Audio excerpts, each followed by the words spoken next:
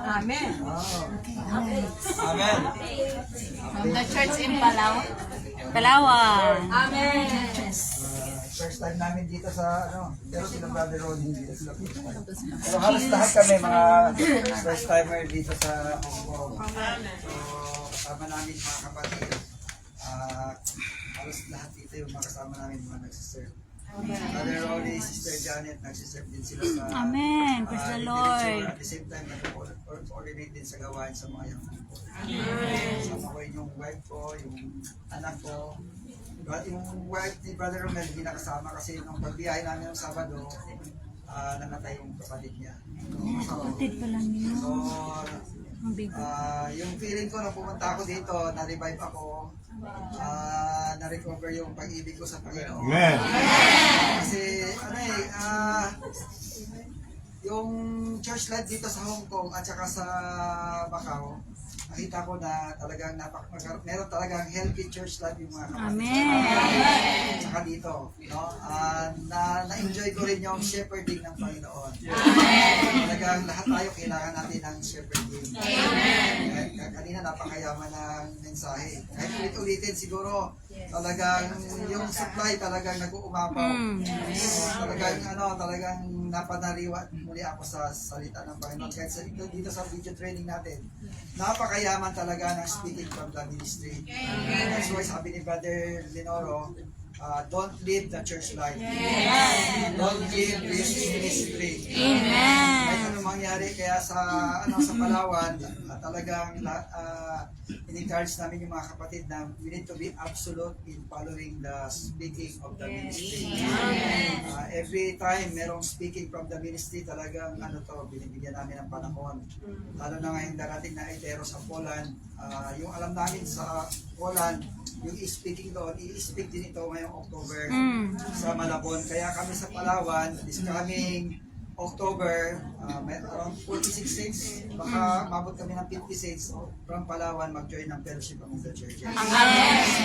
Sa Malabon, this coming October 18, 19, and 20. And then itong October, talagang binigyan kami ng Panginoon ng time September pa lang para makapag-send din dito. Hindi, ang schedule namin hindi September, pero si Lord ang nag-arrange kasi meron yatang nangyari, hindi namin alam.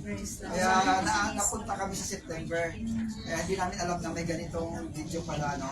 Pero lahat ito ay, arrangement talaga ng Panginoon. And we know that all things works together for good, those who love the Lord. Kasi tinawag tayo para sa layunin ng Panginoon.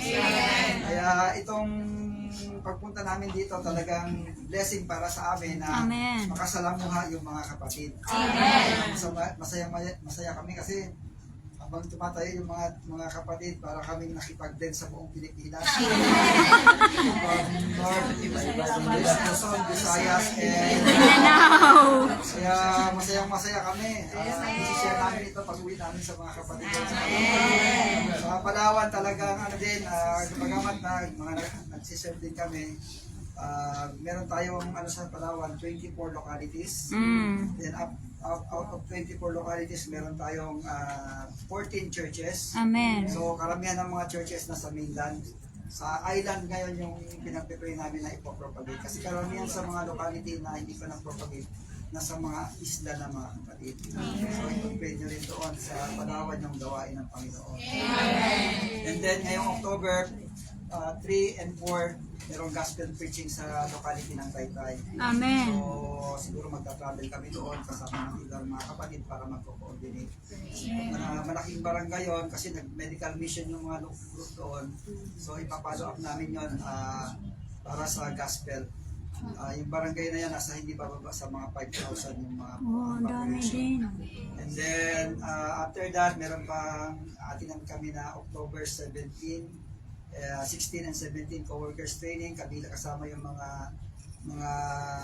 full-time serving ones, kasama mga responsible ones, ngayong October 17, 16 and 17, bago mag-FAC.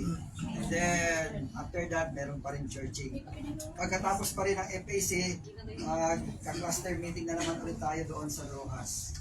Northern part ng Palawan, October 25 to 27.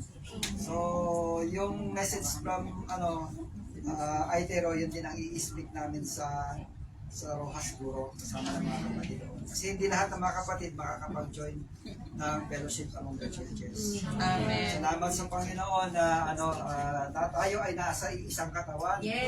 Nagpalan tayo kasi nasa pagbabawi tayo. Nandito tayo sa nag-iisa at namumukod tayong ministeryo. At ang goal ng ministeryo ito mga kapatid ay ang itayo ang katawan ni Kristo. So lahat tayo bilang bahagi ng ministeryo na ito, tayong lahat ay mga ministers. Yes. Tayo ay Mga tagapaghain. ministers. Ang goal ng paglilingkod Pangalaga. natin ay minister, ihain itong mayamang Kristo na ito na natampo natin. Amen. Itong nagpapaloob na lahat na Kristo na ito. Ihain sa mga tao, sa mga kapatid, bilang buhay at panustos ng buhay. Amen. At ang resulta nito ay magtatayo ng organikong katawan ng Panginoon. Salamat sa Panginoon. Siguro ito pang mga kapatid. Baka meron din